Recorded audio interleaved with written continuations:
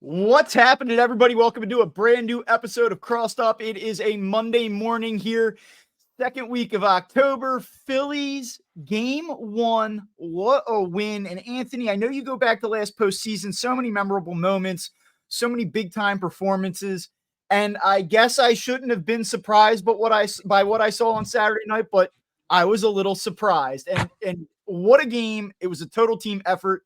Here we are now, recording the show. Phillies have Zach Wheeler on the mound tonight opposite Max Fried with the chance to put a death grip on this NLDS series. Bob, you say you shouldn't have been surprised. And I'm not surprised that the Phillies won.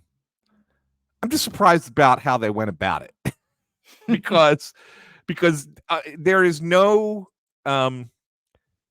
place on earth where I would walk into it and say, yeah, I'm going to manage a baseball game this way and think I'm going to be successful, especially a baseball game against that lineup, and think I'm going to be successful. But to the Phillies' credit, to Rob Thompson's credit, it worked somehow, and they shut out the Braves, who were shut out at home for the first time in more than 2 years, and only the third time this season, first time since May. How do you not give the plaudits, right? How do you not, give a standing ovation for the way that game was handled? Because it worked brilliantly. Now, if it didn't, we'd be having a whole different conversation on this podcast this morning.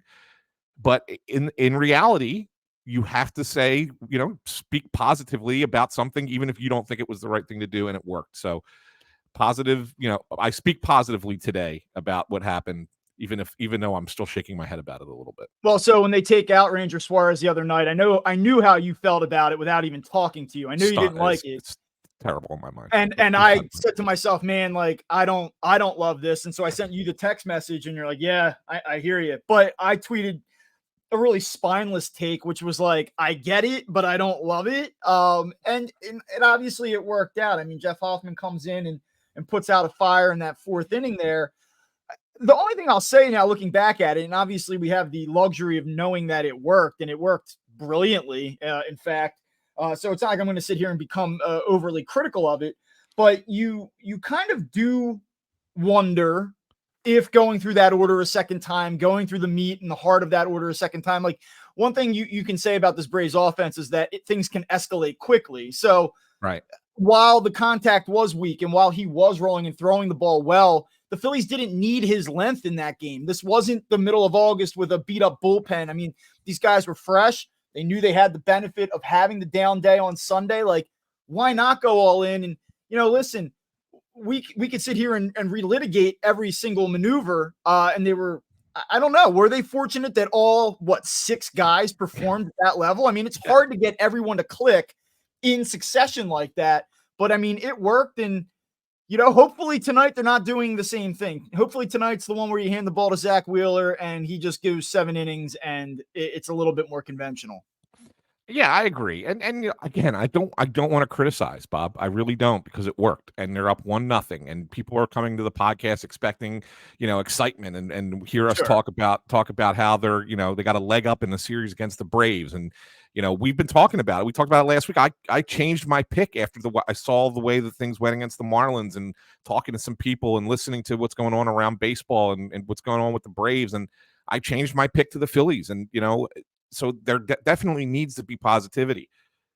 I just don't know if you needed to do it when they did it. I think you could have gone a little bit longer. It doesn't matter. And, what ultimately transpires is what could be looked at as one of the best managed games in the history of the franchise. Like seriously, like that's what we do. Like, we're going to look at this. If they go on to beat Atlanta and they go on to finish this run, you're going to go back to this game and say, like, my God, like, this was true brilliance. Yeah. Well, we'll talk. It'll be called the bullpen game or whatever we want to call it. We'll come up with a name for it.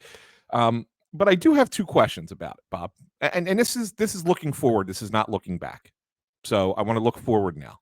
Sure. But here are my 2 questions about it. You can choose to answer them whichever way you want to go. The first is, why do you go Alvarado in the 6th and have to rely on Matt Strahm in the 8th against the same part of the lineup? And then secondarily, now that you've done this, does this ruin the element of surprise that this could happen again in game 4, which could be a clinching game? Well, I mean, let me address the second question. I don't know that the element of surprise matters in terms of the bullpen matchups against the Atlanta offense as the game progresses. Like, there was speculation that they were going to do this. I mean, like, I know that Ranger Suarez was surprised by it. I know that he went around Saturday and told each individual players, this isn't a panic move. This is what we're going to do. But it wasn't really all that hard to see. Like, I mean, and I wasn't alone in saying this, but like, I went on WIP Friday night and I was talking to Tom Kelly, and I said, like, you see that extra built-in day, because he asked me, like, who does that benefit, that added off day? And I said, I think it benefits the Phillies. Like, yes, Atlanta can throw Strider and Fried 4 times in 5 games, but this can allow the Phillies to be extraordinarily aggressive with their bullpen in game 1, especially knowing how well the Braves lineup performs against left-handed pitching. Like, that Suarez was great, and kudos to him, but on paper, that was not a great matchup for them. So I don't think it was hard to see that they could do that. And I don't think that Atlanta was totally caught off guard. Maybe they were in the 4th inning. Like, wow, that was quick. We knew they might be aggressive. This is crazy aggressive. But I don't know that the element of surprise part of it truly matters. Do you want to address that first? Well, yeah, sure. And I'll tell you why. I'll tell you why I think it matters, because I think that if you're Brian Snitker, maybe knowing what just took place in game 4. Now, again, this is a guy who changed a lineup that worked to historic levels for 162 games. In the first playoff game, he changed the lineup around. Okay. Mm-hmm. And the reason he did it made up, to me, still makes a lot of sense. If you know the Phillies are going to try and match up lefties on Matt Olson to try and negate his abilities. And so what he did is he moved Ozzie Albies behind Olson, so that most of the time that a left-handed pitcher, whether it's a starter like Suarez or any of the lefties coming out of the pen, comes into the game, not only are they going to get Olson, but they're going to then have to most likely get Albies right behind him, because you have to face 3 batters. And Albies absolutely crushes, destroys, obliterates. I think he hit 391 against lefties this year. And so therefore it's like a pick your poison kind of thing. You know, do you want Olson to face a righty so that you get Albies on the left side, or are you going to bring in your lefty for Olson, and then we're going to get you, a guy who could absolutely crush lefties right behind him? And it's in a lot of ways similar to what the Phillies did when they, against left-handed pitching, when they spread out their lefties and put 2 righties on either side and basically made the Marlins make a decision, which we talked about last time before the wild card series. So I think what doing that does it allow Atlanta to plan a little bit differently with how they want to approach their lineup, so that if the Phillies decide to do this again, Atlanta has a better plan in the way their lineup is set up. That's the only thing. Let me go more like general fan on this one, because like I acknowledge from a baseball point and a strategical standpoint, what you're saying makes total sense. But I would argue, and I'm going to just probably vibe with the listener here. Yeah. They won the game. They won the game 3-0. For sure. They have a chance to go up 2-0. So in some ways, like, my response from if I could shift my camera around for people watching on YouTube, like, hey, like, Phillies, right? Like, who fucking cares? Like, they have a chance to be up 2-0. Let them play. Let Brian Snitker do whatever the hell he wants with the lineup. It doesn't matter, but I understand. I understand what you're saying. And yeah, I mean, that's something that you might have to revisit, because let's say the Phillies don't get it done in game 2 tonight, and then you come back and they're down 2-1, they're up 2-1. Like, that game 4 is going to be huge, because you don't want, even with the series lead in game 4, you don't want that thing to come back to Atlanta now. Like, and it's funny how quickly the mentality shifts around. Like, I said, hey, if you can get this thing back to Philly 1-1, it is a net positive, an overwhelming win. And it is. And it is. But we watched this last year. You sneak a game with Ranger Suarez on the mound in game 1, a game you're probably not supposed to win. You win it. Now you have Zach Wheeler, game 2. You hand him the ball. You say, go do it. Like, you can drop the hammer tonight. And like, you don't want Atlanta. Like, I don't want Atlanta to get any sign of life here. And if they win tonight, the Phillies, like, I'm not saying it's over, but it's over. And like, that's one thing that this team has been so good at, like they are consistent as hell. Like the things they do well, they do well. They play to trends, and the things that they don't do well in terms of trends, like man, they stick to it. And one thing that they've been great at is the game ones in these playoff series, dating back to last postseason, 6-0 now in game ones, right? Well, game two has been a different story. They're 2-3. They got the Marlins in game two. They got the Cardinals in the wild card round in game two to complete the sweep last year.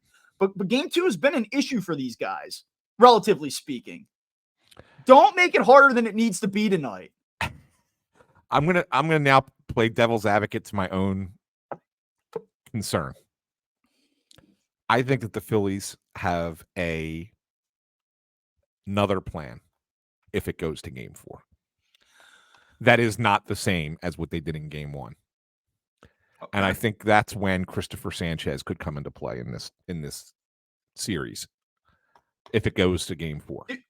And do you mean that in like if they were holding a 2-1 series lead, they might start Christopher Sanchez? No. What I think you're looking at, Bob, is I think you're looking at the next time around could be a piggyback as opposed to we're going to just start deploying our guys. And the reason is it will be coming off of a game the night before. So you don't know what your bullpen usage is going to be in game 3.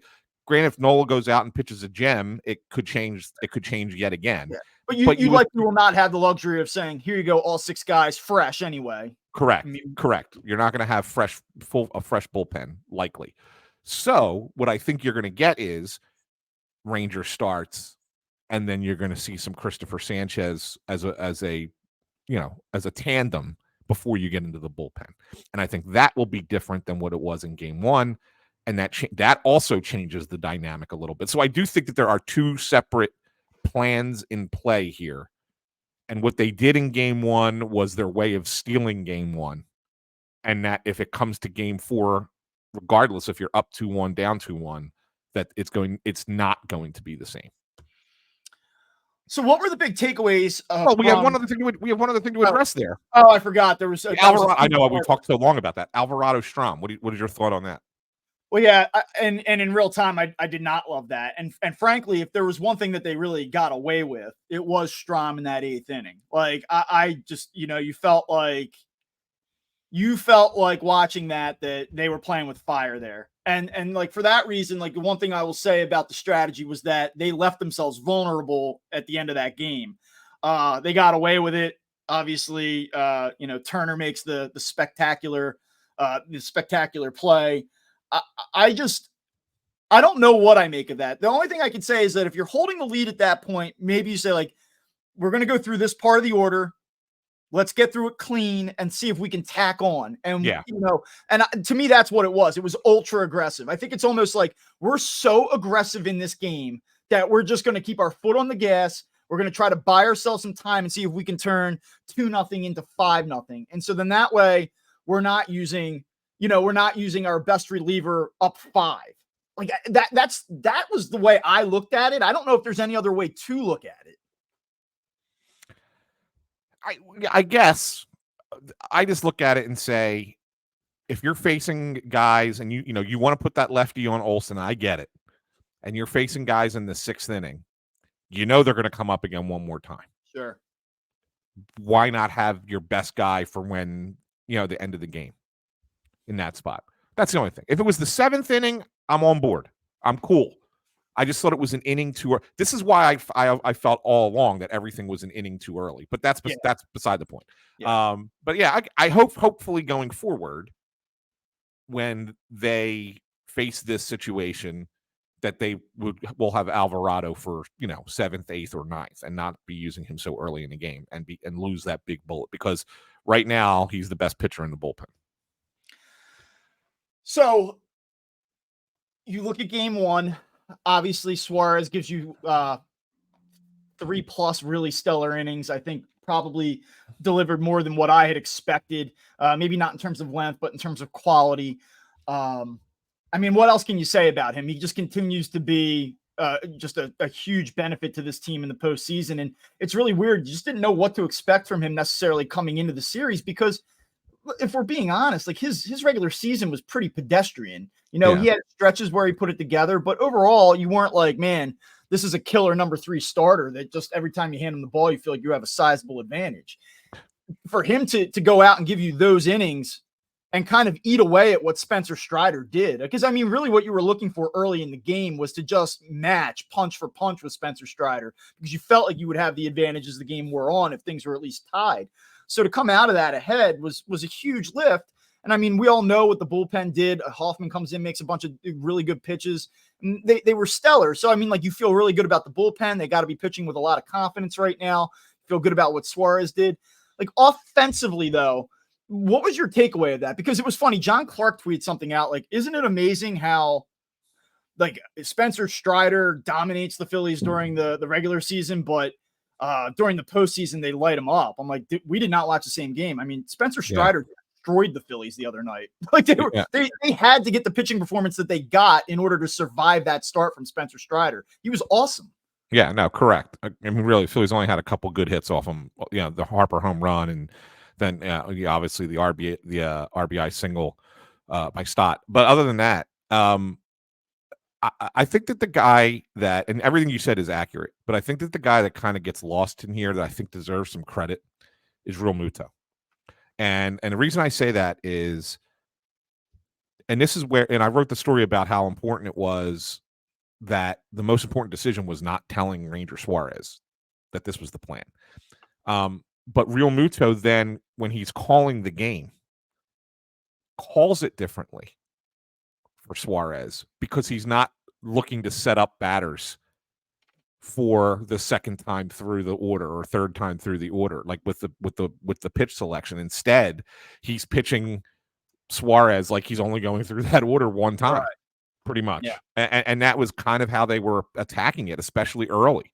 And they identified the thing, and not that Suarez throws 97 or whatever, but they identified the fact that the Braves struggle a little bit more, like every team does. This is not rocket science, but that the Braves struggle a little bit more with higher velocity fastballs. And so the notion was, let's get those high velocity fastballs into the game as quickly as we can. And you really just, so it was Ranger pitch, don't necessarily pitch like you always pitch, get through the lineup once, maybe a few extra guys, get you started into the fourth inning. And then we'll bring heat the rest of the game.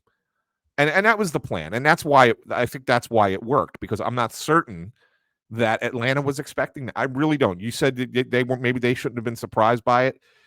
I think they shouldn't have been surprised by the fact that the Phillies were using the bullpen. I think that they were surprised by the way the Phillies used the bullpen. And I think that's what kind of catches them off guard a little bit. Like you don't expect to see Jose Alvarado come in the sixth inning. Like, you just don't expect it. And then all of a sudden you're going out there for an at-bat in the sixth inning. All right, we're down a run or down what else. I don't know, was it 2-0 at that point or 1-0 at that point? What inning did Harper hit the home run? I believe that was the sixth. Okay, so it just turned 2-0.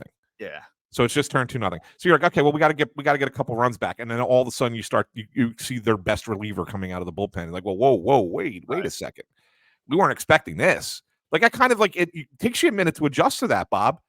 So I don't know. I think that they did kind of catch the Braves a little off guard with it, and it worked. It was really good. It was a good plan, and I give Real Muto a lot of credit on Suarez because of how that game was called.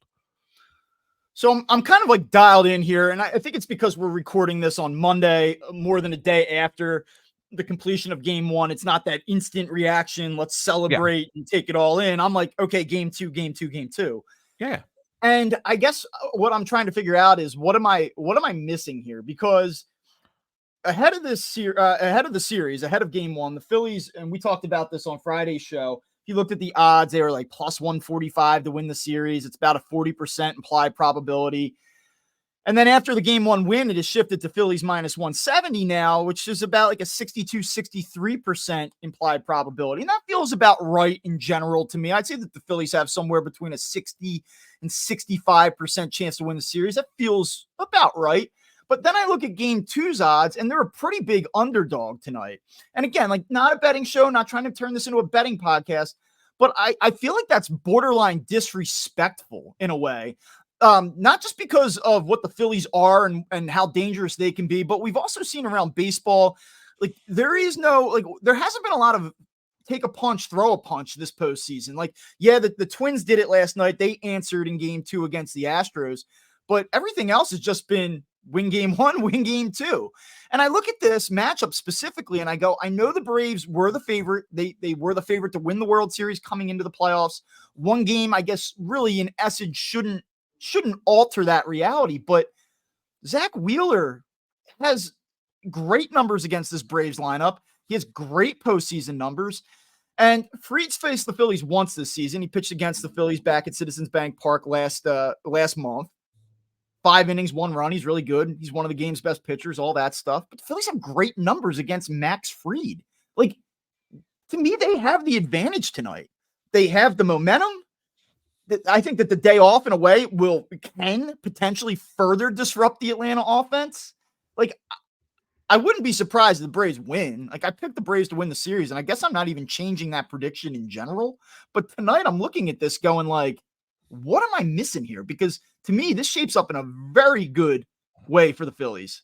It does. It does shape up better for the Phillies. And I'm a little surprised by the odds. I'll be honest with you. I'm a little surprised by the odds. The only thing I can think is this. We know now what the Phillies do against the lefties and the way that they put that lineup together. And it is a little bit weaker offensively. Just a little bit, right? Because, Pache is going to be in for Marsh. And so, the bottom of the lineup isn't as good. And then you're spreading out, your lefties become a little bit less effective. So maybe that's the reason why you're seeing the odds being in favor of the Braves. But as we talked about the last time when you brought up the implied probability and stuff, it's always a little bit the real percentage is always a little bit less, right? Because they're trying to get action on both sides. So yeah, I mean, if I look at it, I say you're probably in that 55% range for the Phillies to win the series. So they have an advantage, but it's not completely not over yet. And then tonight, the implied probability was what? You said 65% that Atlanta wins this game tonight. Is that what it's a little bit less than that, but I mean, 63%. Yeah. So it's probably somewhere in that 57% range. So I just, which I still think is a little high, but at the same time, I think that it gets closer. What I'm saying is, like, if I were to step back from this and look at this game tonight, I'd say, like, well, there's some value on the Phillies there. Not to say that Atlanta won't win the game, but like, I just feel like when you're talking about a guy that has been one of the best postseason pitchers in recent memory, like, that's not hyperbole either. Like, he's really been that good, Zach Wheeler. Yeah, and I think it's this too, Bob. We've seen this Braves lineup. They're not going to get shut out again, right? No, I doubt it. I should say that. I shouldn't say they should, but I doubt they're going to get shut out again. And this is their season. They can't afford to go down 2-0 to the Phillies. They can't. So, like, if you're this historic team, if you're this great offense, if you're this overwhelming favorite, if you're the best team in baseball and everybody else has to come chase you, you got to win the night.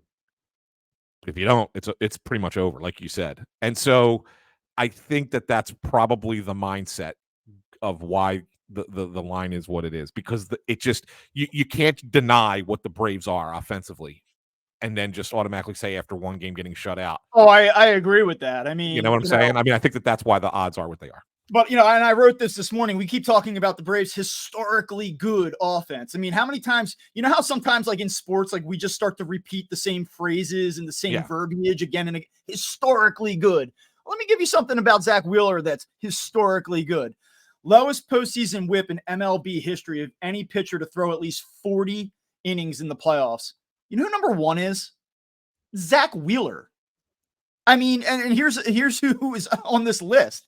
So it's Zach Wheeler, 0.732. Mariano Rivera, 0.759. Kenley Jansen, 0.796. Sandy Koufax, 0.825. Like, the 2 guys that are chasing Wheeler on that list are relievers. Zach Wheeler's starts are as good as Rivera and Jensen in single innings, like in relief appearances. I mean, that's how stingy Zach Wheeler's been. And, like, I don't want to get carried away with this. Like, Braves can score 5 runs tonight. Okay, cool. Like that is possible. That's in play. Like there's no doubt about it. But I would also look at the numbers and just say, like, well, what's Wheeler done against them this season? 3 starts, 19 innings. The Braves are hitting 186 as a team against them this season. So, he struck out 21 in 19 innings. He had that great start right around Memorial Day down there. It might have been his best start of the season. Like, it's a pretty good matchup. And even if you expand that thing out a step further and you just kind of look at what they've done as a team throughout their careers, collectively, the Braves, guys that will appear in this game tonight or could appear in the game tonight, are hitting 217 with a 661 OPS against them. Like, this is a good matchup on paper for Zach Wheeler. I don't disagree with you. In fact, if I know we're not a betting podcast, but if what's the over under, Bob? Because I'm taking the under. Whatever it is, I'm taking the under. You going under again? You're expecting another? I think it's a low. I think it's a low scoring game. Because of everything that you're saying, I think it's a low scoring game. Well, here's what I would say. Like, would I expect the Braves, and the over under is 8, by the way. Would I expect the Braves to maybe score some runs tonight? Because as you said, they are a great offense. Okay. Like, so then to counter that, Max Fried, we talked about Max Fried probably about a month ago. And I went back and listened to it and I said, I think I kind of downplayed what he is. Like, he truly is one of the game's better starting pitchers. And he was very good in 5 innings against the Phillies in September. And you certainly have to acknowledge that. But there are a couple things that are sort of striking about this. And the least of which, I think it bears mentioning, he's not appeared in a game in 18 days. Like, I don't think that the blister will be an issue tonight. I'm not expecting Max Fried to be a disaster and come out like, oh, in the blister, here we are. Like, is that possible? Yeah, like there is a small potential for that. But I think that he's probably healthy. But you look at this now and you say, all right, the guy hasn't thrown in a major league game in almost 3 weeks. How the Phillies done throughout their careers against Max Fried. And it's pretty good. The Phillies as a team are hitting 299 against him with an 844 OPS. And I'll just give you a few guys in particular that have not just had some success, but have absolutely mashed him. Nick Castellanos is 8 for 13 with a 1.538 OPS. Harper, 9 for 30, 2 home runs in his career against Max Fried. Real Muto, 10 for 24, OPS over 1,000. Trey Turner, 14 for 35, OPS over 1,000. Like, they have multiple guys in this lineup that have had, in more than just a small sample, we're not talking about 2 for 4 here. Like, we're talking about anywhere between 15 to 30 at bats where they've really had success against this guy. It seems like if you're going to face a top of the rotation lefty, there's some historical data here that points to that the Phillies can probably get to him a little bit. Yeah, and that's a good thing. I mean, and here's what one of the things I certainly wanted to talk about, and I think that this kind of dovetails into that nicely, Bob. We didn't even bring up the fact that the Phillies stole 5 bases in game 1. They tried to steal 6. Real Muto got thrown out early, but they stole 5 in a row. The first 2 off of Strider and then 3 off the bullpen. And the belief was, oh, well, Spencer Strider doesn't hold runners well. He's got a little bit of a longer delivery, so they can run on him. I'm telling you that they're running on Sean Murphy. And Max Fried is a guy who has a really good hold. I mean, he's got a good pickoff move. He can hold runners well. And I'm still going to predict that the Phillies run on them a little bit tonight. And I think that they're running on the catcher. And it's funny, is well, Sean Murphy's got the second best pop time behind JT Real Muto among starting catchers or whatever it is. But yet his throwing out runner rate is pretty low. And that tells me that he's physically quick, but that the arm is either not strong or not accurate, one or the other. And so I still think that the Phillies are going to run on him. And that's why I put that tweet out the other day about that this is not just a Strider thing. So if these guys are able to get on base, I think you're going to see them take bases on the Braves again. And so therefore, if you're looking for positives for the Phillies against Max Fried in game 2, I think that they're going to continue to be aggressive. I think they're going to continue to push that envelope, and they're going to try and force Sean Murphy to throw them out because he hasn't shown the ability to do it with any kind of consistency at this season. I shouldn't say at the major league level this season. So we do a podcast, and one of the things that you want to talk about, it's like the matchups and the numbers, but you also want to talk about the feel and where are these teams at from a mental standpoint? Where are they at from a psychological standpoint? So I want to ask you this and just kind of get your thoughts on this specific series and the way that this has played out through one game. Do the Phillies have an advantage in terms of the intangibles coming into tonight, like Yes. into game 2? Yes. Is the momentum thing real? Is the day off thing real? Could Atlanta be in a situation now where they will press because, oh no, oh shit, here we go again? Like, how much of that, when I size up tonight's game, should I take into account? I think it's huge, and I say that because even if the Braves come out and blow the Phillies' doors off tonight, let's just say Wheeler has a bad game, the Braves score 10 runs, tie the series, whatever. The one thing Atlanta has to know is this Phillies team's not intimidated. They don't. All right, we had a bad game. We're going to come back and play it hard. We're going to play just as hard, if not better, the next game. That's just how the Phillies are. So I think that intangible exists, and Atlanta knows it. Like we've talked about this all year, that the Phillies don't get shy when it comes around the Braves, right? They are just out there like, oh yeah, you're Atlanta, that's great. We're gonna play. Funny you mention that, because if you go back to the 7 games in September that we talked about, where the Phillies, they lose 3 out of the they lost 4 out of the 7, so they went 3-4. But we were saying, like, a couple of those games could have gone either way. How many times did Atlanta kind of separate themselves and the Phillies would immediately answer? And it was just like you had to be almost annoyed by that in the moment. If you're an Atlanta fan, if you're a Braves player, like, these guys just don't stop, and Atlanta went on to win a couple of those games. The Phillies couldn't get out of their own way late. They lost in extra innings. They didn't execute. Like, that's all true. And so a win is a win, a loss is a loss, but you had to look at the way that those games progressed and just say, like, man, there's just not a lot of quit. They just keep coming and coming and coming. And I thought and one other quick note on that, Bob, that I think is important, that should say something about the playoffs. In those series, in those games, they're being managed differently because they're, guys are, we can't use this guy today. This reliever is down, or this guy needs a day off because he's played 20 days in a row, or whatever the case might be. So you have a whole different approach to playing those games, and you still do that. And now come the playoffs and everybody's healthy and everybody's fresh. Well, now not only are we going to keep coming, but we're going to actually get out in front of you, and you may not be able to come back on us. That's kind of the mentality the Phillies have.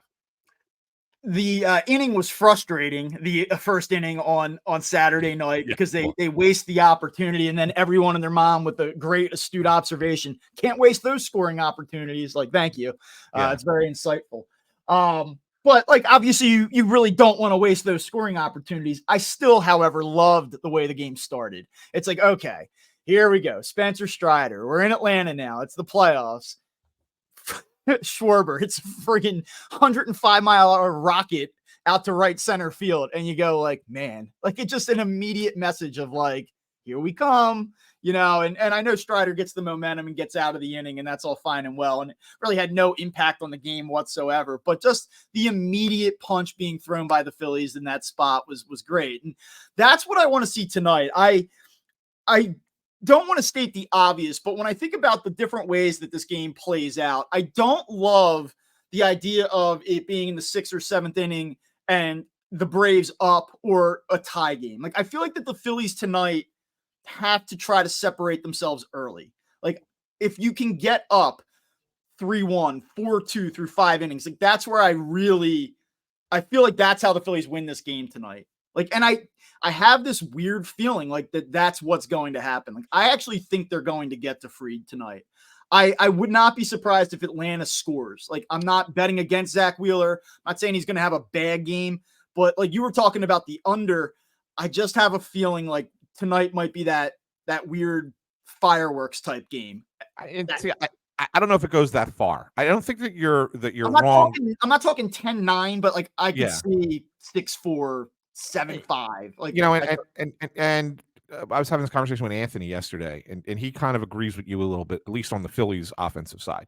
He thinks that they're going to get to Fried, and he thinks that the Braves are making the same mistake they made a year ago with Strider, and having Fried come into a game having not pitched and being on he's probably on a pitch count, right? I would assume you don't He pitch hasn't in. thrown many innings this season. I mean, I think he's thrown 77 innings all year, and very rarely, like if you go down and look at his splits, like by inning, like the pockets 1 through 3, 4 through 6, I think his ERA after the 7th inning is like 20 because he hasn't thrown in the 7th inning. He does not go deep into games. Yeah. So, I mean, you're probably getting a maximum of 5 innings out of him and maybe even less, especially with the off day yesterday and an off day tomorrow. The Braves might take a little bit of a Phillies approach in this game and start, playing matchup a little bit earlier. So I do think that there's a possibility of getting, but I don't think it's going to be. I think Fried's a good enough pitcher that it's not going to be 4 or 5 runs off of him. I think that they might get 2 or 3 off of Fried.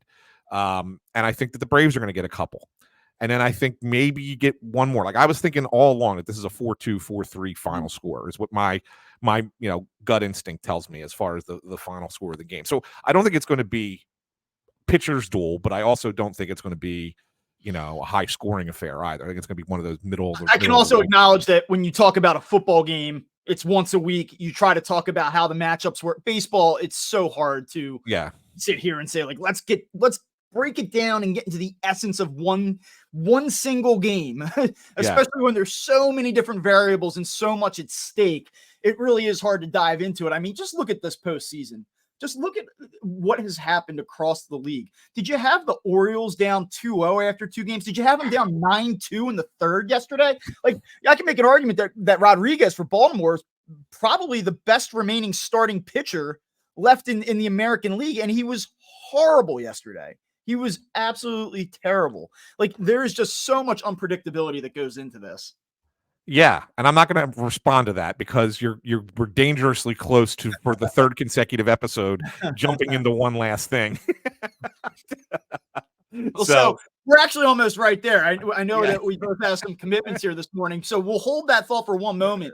I guess where we're naturally leading into here, though, is if I put you on the spot, you said you think it's going to be a 4-3-ish type game. So which team is going to be the one that comes out on top of that? I'm going to pick the Braves tonight. I think the Braves get this game. And I don't think it's because of Wheeler. I think Wheeler will pitch just well. I think he'll be fine. He'll be typical Zach Wheeler.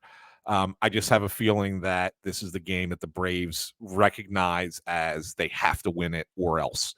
And I think that they find a way to do so. And we'll probably come back and have an episode, Bob, where we're like, man, that was a game the Phillies could have won. I don't think it's a game where they, you're like, all right, they're down the whole game and all right, whatever. They lost game 2 of the series. I think it's one of those ones where it's going to be really close late. We're going to be a lot of edge of our seats, but it's going to be one of those ones where the Phillies are trying to get that run to tie the game and just don't get it done. I think that's what this game is tonight. I'll pick the Braves in a close one. As you know, my entire existence is based off of sports betting. It's my career. It's where I make money. Not because I'm a sports bettor, heavy professional bettor or anything like that, but I work in affiliate marketing with sportsbook operators. I pay attention to this stuff all the time. I write about it all the time. And it's like this, I always draw it back to the NFL. Like you open up a game and you say like, all right, I expect that team to be a 4-point favorite tonight. And then they're a 7-point favorite. And you're like, well, wait a minute. Why? And I just look at those odds tonight and I go, what am I missing here? It's how I started the show. And like, there's part of me, it's like that the odds makers are telling you that Atlanta's going to win the game tonight. Like, I can't beyond that. If I never opened up a sports betting app, I would just say like, yeah, the Phillies are going to win. They have all the momentum in the world. They have the better starting pitcher and I like the matchup. And I think that the day off, not only allows them to reset the bullpen and they have a better one than Atlanta, but that, hey, guess what? I don't know I think that the Braves have a chance to remain disjointed offensively. I do. But I do think that they will find a way. Like, I think Atlanta just is not going to roll over and lose 2 games in a row at home after a 104-win season. And the Phillies, like I said, they stick to trends. One thing that we have said for 2 years now is that the Phillies never do it the easy way. Like, I know they haven't been playing game 5s. They haven't been playing elimination games during these postseason runs, except for obviously Game 6 last year in the World Series. They've won these series pretty easily, but they don't often get out to that 2-0 start. And I just can't imagine them having an opportunity on Wednesday to come back here and sweep this team. So for that reason, even though everything that we've talked about tells me Phillies tonight, I'm just going to try to resist the urge and say Atlanta's going to find a way. Maybe I'm just protecting myself mentally here. I don't know. I hope we're wrong. Yeah. I hope we're wrong, Bob. I hope we come back off of this and because I'll say this, like I picked Atlanta in 5 last week. Like the Phillies I didn't think the Phillies were going to get one of these 2 games down here. I thought they were going to come back down 2-0, force the issue and send it back to Atlanta in a game 5 and lose. So now that the Phillies have gotten one of them, I expect them to win this series now. I do. Yeah. Like to me, it's, I don't want to, the season isn't a massive disappointment or an overwhelming failure if they don't get to the NLCS, but having won game 1 in that matchup and now having the chance to go to Wheeler twice, Nola mixed in, you have home field. Like, is it ridiculous to say the Phillies should win this series now? Of course it's not. Right. So like, I've sort of had my opinion flipped here on how this is going to play out, but tonight I do think might be like the one that got away. Yeah, I agree. So let's get to one last thing. And I think you're going to know right away where I'm going with this. But does Major League Baseball have a problem, Bob, with their playoff setup? We've played 6 games in the divisional round. 5 of them won by a wild card team. The 4 teams that had the best records, the 2 teams in each league that had the best records in their league, are 1-5. And the one win they almost blew. Right? They had a 5. The Astros had a 5-0 lead, and the Twins came back and made it 5-4 before Alvarez hit another home run to seal it. And when they win 6-4, but they've lost 5 of the 6. Go back to last year. The Dodgers get beat by the Padres. The Braves get beat by the Phillies. Like it, the Astros and the Yankees won. Okay, fine. But this is happening a lot. And I think that they're going to have to really reconsider if things continue as they're going and Texas beats Baltimore, the Phillies, obviously we're still got a lot ways to go, but if they beat the Braves and if Arizona knocks off the Dodgers, which all of a sudden the Dodgers look terrible, and somehow the Twins, which as I predict, like my prediction was that they could beat the Astros because of their pitching. And you saw it last night with Lopez, how great he is. Does baseball have to reconsider how they're putting their playoffs together because they can't keep having the best teams get bounced in the first round? So I've thought about this question quite a bit, and I would start by saying the reason why they might do it is because if the data supports that you don't have a decided advantage once the postseason rolls around, you start to wonder if teams are almost, what's the word, de-incentivized, like to not win the division, to not compete at the highest level during the regular season. Because you say, you know what, really the goal is to have home field in that wild card round and then just continue to roll right in.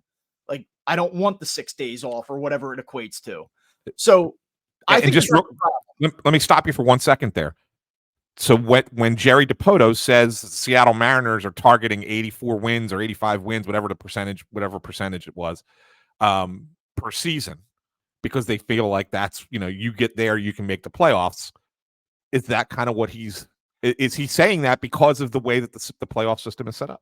Well, you wonder. I mean, hey, Atlanta Braves, you won more than 200 games over 2 years. And if they don't come back and win this series, you might have won a combined 2 postseason games, maybe, and that being said, like, I think that baseball has to answer that question. What does it mean from the economics and the way that teams are built and constructed? Like, you want, as a sport, teams to compete to the maximum level. You want them to spend, you want them to be in, you want to see everyone go for it. You don't want half the league punting, and then the half the league that's competing in the postseason or wants a postseason spot, you don't want to see them try to middle it. Like, that's not good for the product from like the I keep saying, like, I told myself I wouldn't say like macro or high level this podcast, but like I don't know how else to say it because I've been saying it a ton lately. So that is an issue. That being said, I don't know if I feel like the way I do about this, like how I do with the tush push or the brotherly shove. It's like, oh, well, figure it the fuck out. Like, sorry, it's not my problem that Clayton Kershaw gave up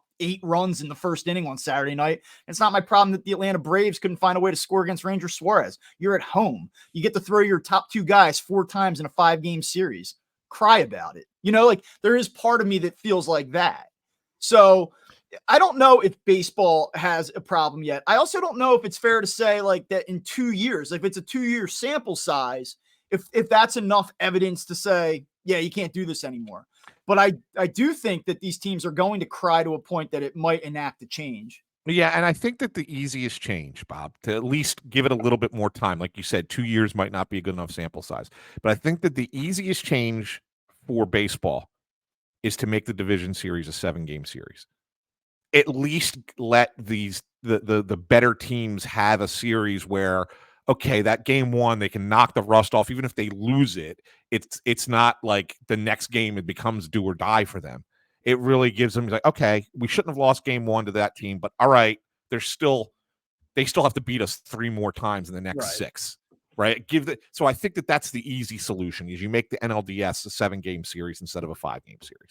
Yeah, but you look at these games, and I actually agree with that. But like Baltimore, sorry guys, like that's on you to go out and game 1 is game 1, but to come back in game 2, you're down 2-0 in the NLDS after that layoff. Like that's as they say online, a skill issue. Like, sorry that you imploded. Like so it's one of those things where I want to look at it and say, figure it out. Oh, well, but if this thing continues on and we continue to see this type of or these type of results, then it probably is something that baseball is going to look at.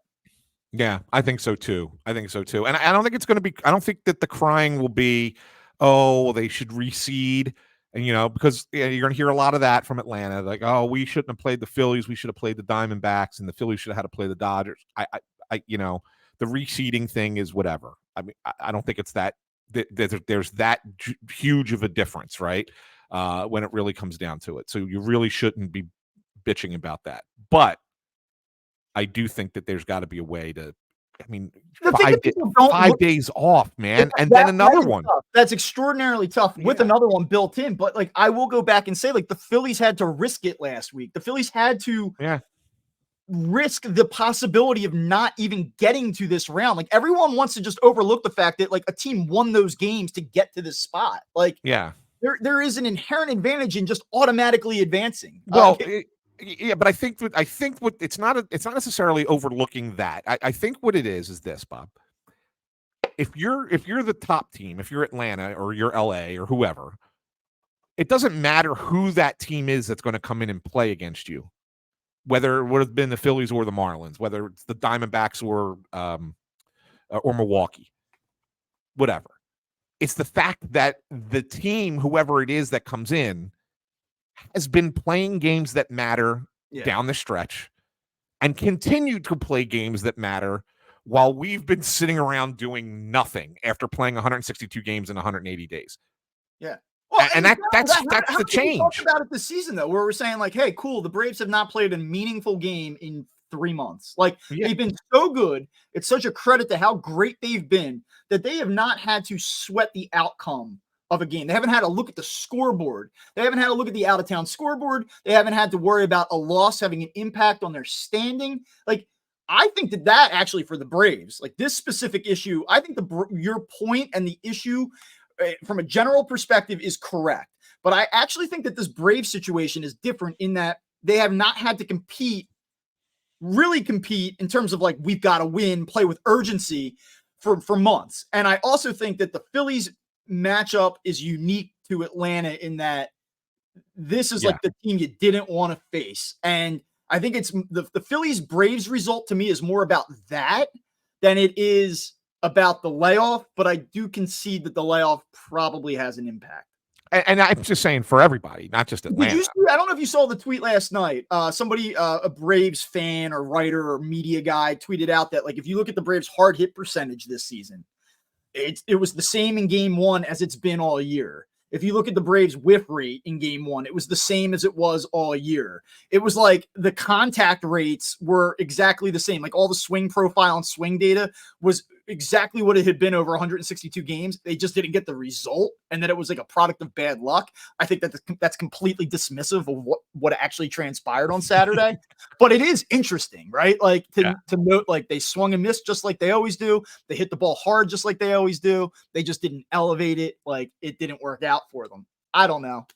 It's what kind of makes it interesting, right? So like why we're all captivated by this because of the unpredictability. But it's what works for the NFL. We talk about it's a week-to-week league. You never know what's going to happen. All these games are crazy. Like I love the chaos, but maybe I love the chaos because it's benefited to the Phillies to this point. Yeah, I think that we all do. I mean, it's been great for the Phillies to this point. So of course we all think that that's a good thing.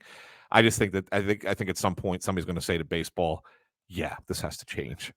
Where are you at real quick before we get out of here on the brotherly shove? I don't think that I never liked it in general, because I like the old rule where you can't push a guy from behind. Mm-hmm. That said, I mean, why wouldn't you run it repeatedly if nobody can stop it? Like, I mean, if it's within the rules, do it. Yeah. I think that there's going to be I think that they're going to stop it though because of feels like they're going to stop it. Oh, I love the injury concern thing. If you want to assume the risk of running that play, then that's on you. Like, yeah, that's my thought. But hey, whatever. Yeah, but I mean, defensive players are getting hurt too, not just the offensive players. So I think that's why they're going to stop it. But it's not an exciting play by any stretch. But what quarterback sneak is, right? Yeah. How about those 49ers? You're a 49ers, Anthony. Yeah, well, I've been trying to tell people that this Brock Purdy is special. He's a special quarterback. Screen God. I call him Screen God. Nobody throws better screens than Brock Purdy. He threw some passes yesterday though that were I know. Really I was put on notice yesterday by that game. I was like, oh wow, like this wasn't 23-20. It was like, get the fuck out of our stadium. Yeah. You don't belong in the same field as us. Is what Dallas that game absolutely blows, by the way. Yeah, they're not, anyway. they're not even the third best team in the NFC. Nah, they like there was a question. Lions are better than them. I think Seattle might be better than Dallas too. I agree. The Rams might be better than Dallas. Could be. I'll tell you what, very interesting next week. Dallas and the Chargers. Yeah. Out west. Like the Cowboys might be 3-3 after next week. So we'll see. All right. Well, that'll do it for Inside the Birds. All right. Now, we will be back. We haven't talked about this, but we're going to record tomorrow morning after this game, right? Is that I think so. Yeah, I think we'll put one out after each game now going forward. All right, lovely. So we got Phillies Braves game 2 tonight. Max Fried, Zach Wheeler should be an interesting one. We'll be back tomorrow morning to talk about it. Thanks for listening to Crossed Up. You can follow Anthony at AnSamPhilly on Twitter. You can follow me at Bob_Wankel. And we will talk to you tomorrow.